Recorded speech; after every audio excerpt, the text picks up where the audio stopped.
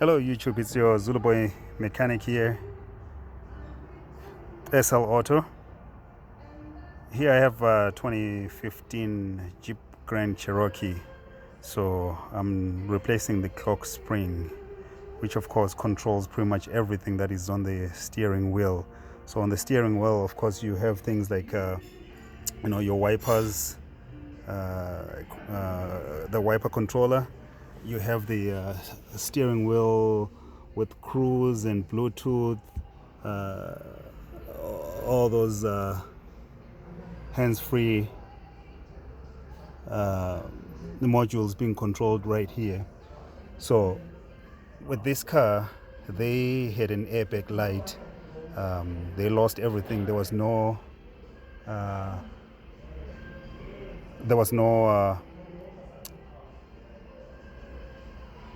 the horn wasn't working. Pretty much nothing was working on this clock spring. And the issue was the clock spring. So I'll show you, this is a brand new one. If you look inside here, you can see how nice that ribbon inside. Of course, it still has the red lock tab holding the ribbon from spinning, or the clock spring from spinning, which will mess everything. So you look inside there, you see that ribbon in there. It's nicely stacked, so it's still in place. That's how you can tell that clock spring is still good, of course. So I'll bring the old one side by side and just show you. If you look in this one, you see the ribbon is just all over the place, so something went wrong there. Sometimes this happens when some people overturn the steering one way, or if it if it just breaks or somebody works in it. Sometimes those things do happen. Or if your airbag deploys, the clock spring most of the time gets damaged and has to be replaced. I mean, you're looking at about $600-700 easily to buy this, and most aftermarket won't want to sell you, so you end up going to the dealer. I had to buy this one straight from Chrysler, from the dealership themselves. So as I said, the job is almost halfway done. The wheel is right there. So first things first, when you're doing this kind of job, you want to take off the power. So disconnect the battery, both negative and positive.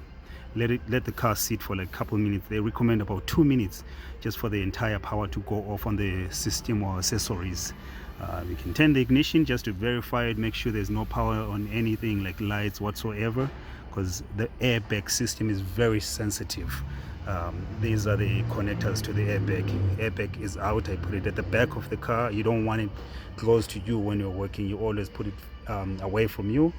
I will show you how you'd want to sit that airbag, so in case of anything, because it can still deploy with very minimal voltage on it. It can still deploy, and it's very dangerous, and of course you end up paying another $800 to buy that airbag. Okay, so I brought the airbag. I just put it right at the back here. That's the airbag, the steering one right there. So I'm facing it down like so, and nobody's working with me, so I'm alone here, so I know that everything is safe.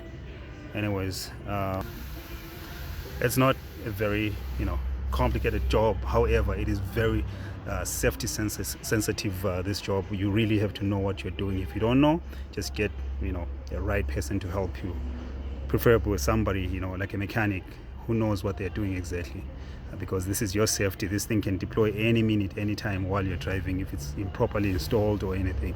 Okay, once again, thank you for checking my videos. I know it's been a while. I'm here.